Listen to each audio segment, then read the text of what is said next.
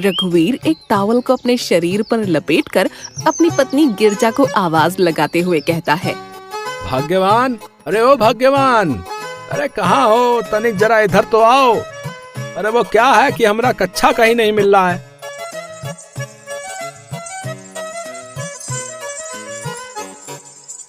ए जी, क्या है? क्यों इतना गला फाड़कर चिल्ला रहे हैं? बताइए क्या काम है? अरे भाग्यवान, मेरा कच्छा कहाँ पर है? क्या तुमने उसको कहीं देखा है? 1 घंटे से ढूंढ रहा हूँ, ससुरा मिल ही नहीं रहा। उसको तो मैंने अपने पास ही के कूड़ेदान में फेंक दिया है। क्या तुमने मेरा कच्छा उस कूड़ेदान में फेंक दिया? लेकिन क्यों? अरे वो कच्छा सभी जगह से फट गया था। उसमें इतने छेद हो गए थे जितने तो हमारे घर की छलनी में भी नहीं होते। अरे तो अब मैं क्या पहनूं मेरी माँ? अलमारी में आपका एक और नया कच्छा रखा है, अब जाइए और उसको जाकर पहन लीजिए। रघुवीर के वहाँ से जाने के बाद गिरजा अपना सिर पकड़ते हुए अपने आप से कहती है, पता नहीं इस आदमी की कंजूसी कब जाएगी। घर में किसी चीज की कमी नहीं है, लेकिन महाराज फिर भी अपनी कंजूसी से बाज नहीं आते। रघुवीर एक बहुत ही बड़े आलीशान घर में रहता था। गांव में उसकी बहुत बड़ी किराने की दुकान थी, लेकिन वो फिर भी अपनी कंजूसी से बाज नहीं आता था। भाग्यवान, मैं दुकान पर जा रहा हूँ, तुम घर का ख्याल रखना। जी ठीक है, और हाँ, दुकान से आते वक्त बाजार से 1 किलो संतरे ले आइएगा। वो क्या है ना, मुझे संतरे बहुत ही ज्यादा पसंद हैं। तुम्हें पता भी है बाजार में संतरों का क्या भाव है? संतरे अभी बहुत ही ज्यादा महंगे हैं। जब संतरे सस्ते हो जाएंगे तब तुम्हारे लिए संतरे ले आऊंगा। हाँ, मैं कुछ नहीं जानती, मुझे आज ही संतरे चाहिए। अगर आज आपने मेरे लिए संतरे नहीं लाए तो आज रात को मैं आपको खाना नहीं दूंगी। हाँ। अरे अरे भाग्यवान, तुम गुस्सा क्यों होती हो? शाम को दुकान से लौटते वक्त मैं तुम्हारे लिए बाजार से संतरे ले आऊंगा बस। इतना कहकर रघुवीर अपनी दुकान पर चला जाता है।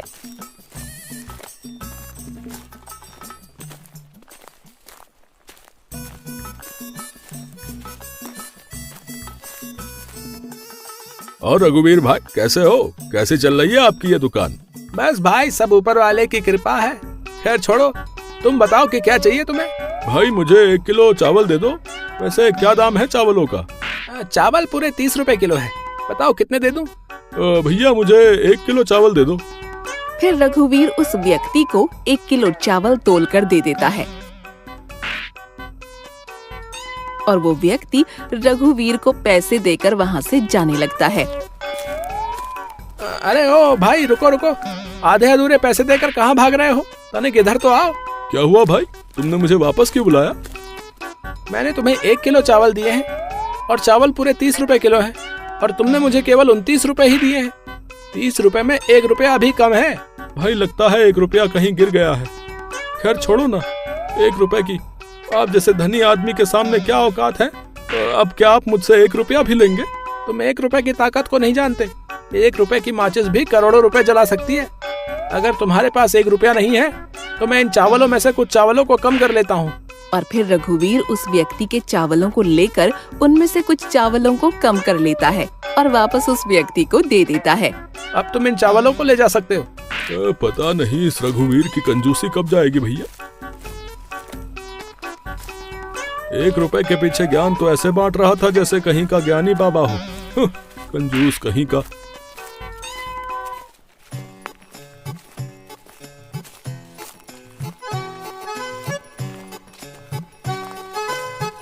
शाम को रघुवीर अपनी दुकान बंद करके घर जा ही रहा होता है कि तभी वो अपने आप से कहता है, अरे याद आया, मुझे भाग्यवान के लिए बाजार से संतरे भी ले जाने हैं। अगर नहीं ले गया तो मुझे घर पर आज रात को खाना भी नसीब नहीं होगा।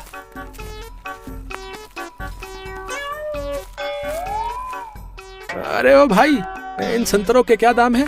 भैया जी, संतरे अभी बिल्कुल सोने के भाव बिक रहे हैं। कहो तो आपको भी 1 किलो संतरे तोल दूं? अरे साफ साफ कहो ना कि कितने रुपए किलो है संतरे? भैया जी, संतरे अभी 200 रुपए किलो हैं। बाप रे बाप, 200 रुपए किलो। अगर मैं भाग्यवान के लिए 200 रुपए के संतरे ले गया तो आज तो मेरी दुकान की कमाई इन संतरों में ही चली जाएगी। अरे भाई साहब, अब क्या खड़े खड़े मेरे इन संतरों को देखते ही रहोगे? कि कुछ लोगे भी? अच्छा ये बताओ कि 10 रुपए में कितने संतरे आ जाएंगे? अरे 10 रुपए में तो संतरे का छिलका भी ना आए और तुम संतरे की बात करते हो? कितने कंजूस व्यक्ति हो यार तुम तो। अरे गुस्सा काहे हो रहे हो? चलो ये बताओ कि 20 रुपए में आखिर कितने संतरे आ जाएंगे?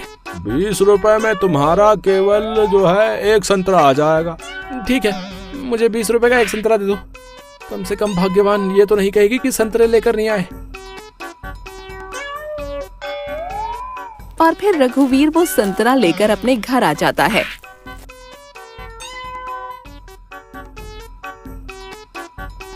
अरे आप आ गए जी, क्या आप मेरे लिए संतरे लाए हैं? अरे हाँ लाया हूँ, 1 मिनट रुको अभी देता हूँ। और फिर रघुवीर अपनी जेब से 1 संतरा निकालकर गिरजा को दे देता है।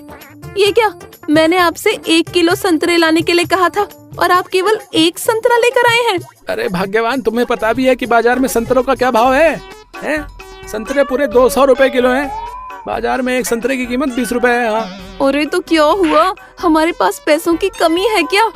हे भगवान, क्या करूं मैं इस कंजूस पति का, मैं तो तंग आ गई हूँ इनसे। तुम्हें ये संतरा खाना है तो खाओ, वरना इधर दो, मैं इसको अभी वापस कर आता हूँ। मेरे 20 रुपए भी मुझे वापस मिल जाएंगे, बता रहा हूँ। रघुवीर की ये बात सुनकर गिरजा को चक्कर आने लगते हैं। अरे अरे भाग्यवान, क्या हुआ तुम्हें? उठो।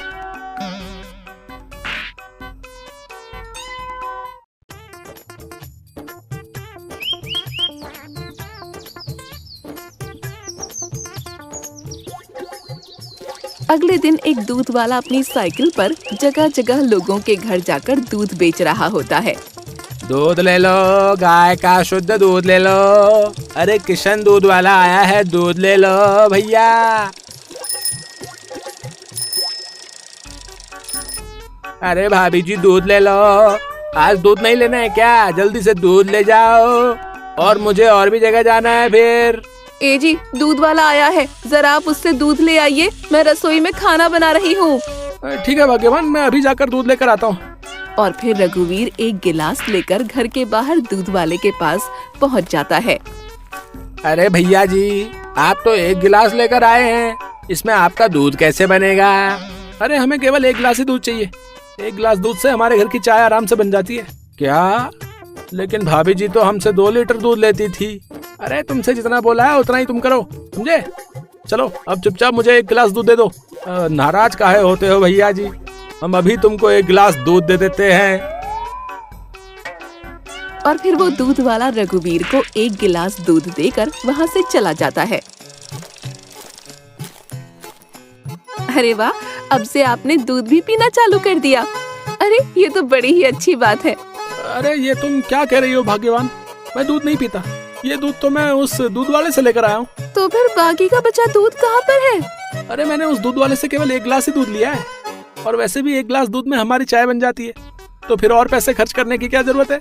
अरे जी, आप इतनी कंजूसी क्यों करते हो? आपको कंजूसी करने में थोड़ी शर्म नहीं आती क्या? भाग्यवान, इसे कंजूसी नहीं, पैसे की बचत कहते हैं। हाँ।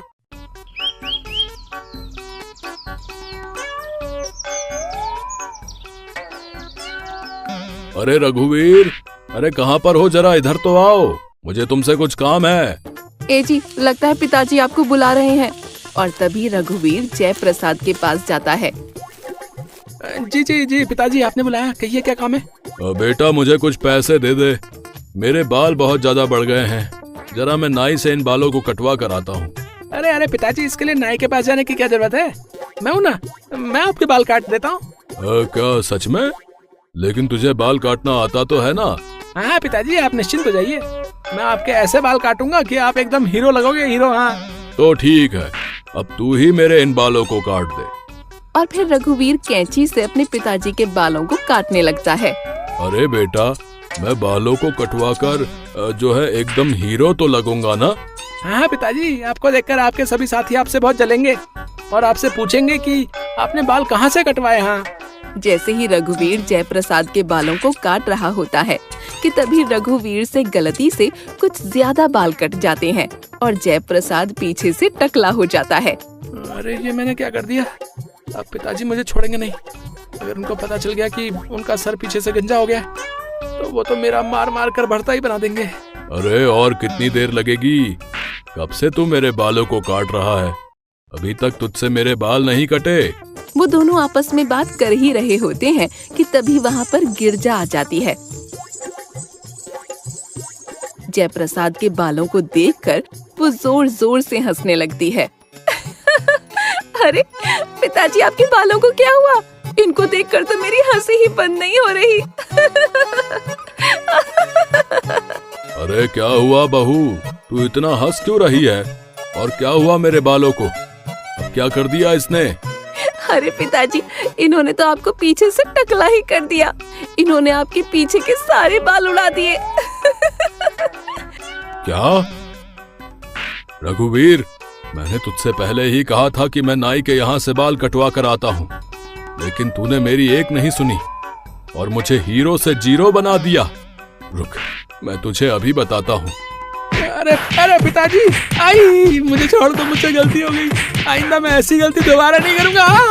अरे भाग्यवान, मुझे बचाओ।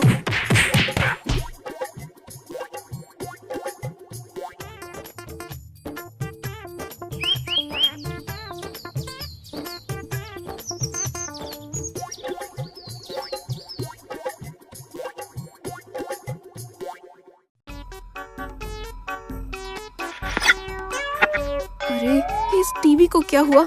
अभी तो ठीक ठाक चल रहा था, तो फिर अचानक इसमें आखिर क्या बला आ पड़ी? लगता है मुझे इनको बुलाना पड़ेगा। ए जी, तनिक इधर तो आइए, देखिए ना हमारे टीवी को क्या हो गया है। अरे अब क्या हो गया भाग्यवान? क्या हुआ हमारे टीवी को? ए जी, देखिए ना हमारा टीवी चलते चलते खराब हो गया। आप टीवी को ठीक करा कर ले आइए ना, मेरा नाटक मिस हो जाएगा। अरे भाग्यवान, टीवी को ठीक करा कर लाने की क्या जरूरत है? अगर मैं टीवी को ठीक कराने गया तो वो खामखाई मुझसे 100-200 रुपए ले लेगा। रुको, मैं अभी ससुरी टीवी को ठीक कर देता हूँ। हाँ। और फिर रघुवीर उस टीवी को ठीक करने की कोशिश करने लगता है और टीवी के तार को उल्टा सीधा जोड़ देता है। अरे आपका मुंह तो पूरा काला हो गया, आप तो बिल्कुल एकदम बंदर जैसे लग रहे हो। सत्यानाश हो इस टीवी का।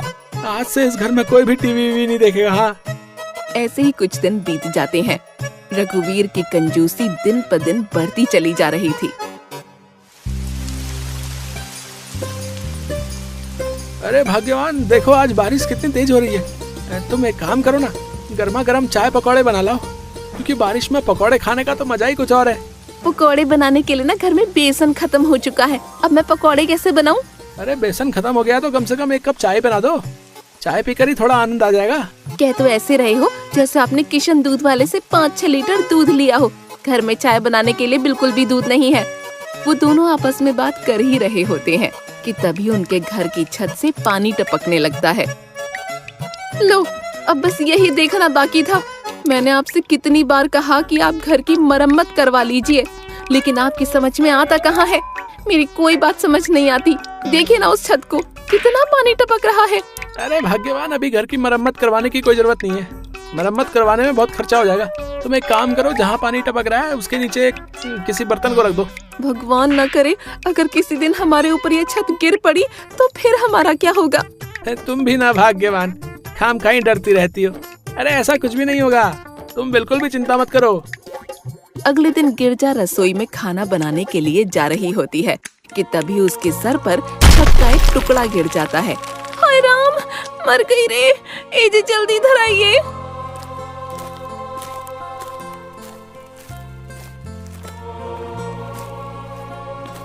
अरे भाग्यवान, क्या हुआ तुम्हें?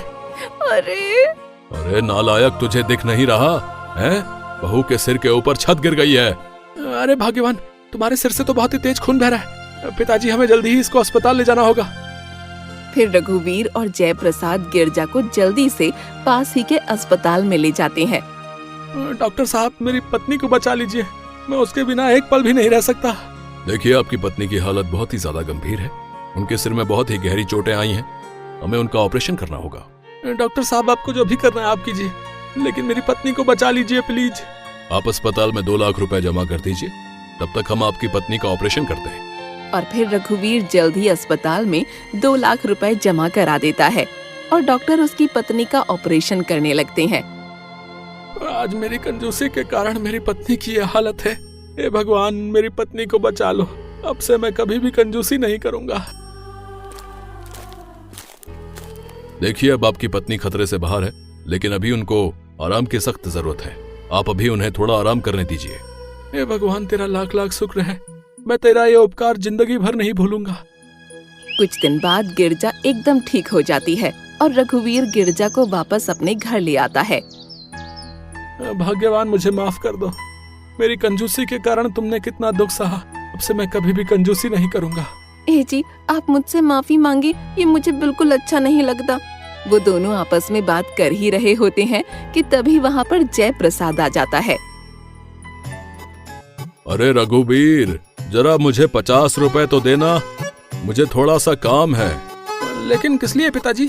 अब मुझे अपने बाल कटवाने नाई के पास जाना है भाई। लेकिन आपके सिर में पीछे तो बाल है ही नहीं। रघुवीर की ये बात सुनकर वो तीनों जोर जोर से हंसने लगते हैं।